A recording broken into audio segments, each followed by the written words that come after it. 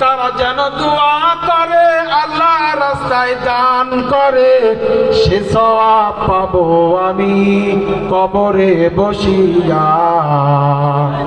বড় মুসিবতে আসি কইও আমার বাড়িতে যাইয়া। ও ভাই, মা বাবা কিন্তু আজকে তাকিয়ে আছে, ভাই মারা গেছে ভাই কিন্তু তাকিয়ে আছে, দাদা দাদি মারা গেছে তারা কিন্তু তাকিয়ে আছে। দেখি আমার নাতি আমার সম্পদ দেখে আসে তারা দান করে কিনা। এই জন্য দ্রুত চলে আসেন আব্দুল সালাম পারামানিক 1000 টাকা বলেন মারহাবা।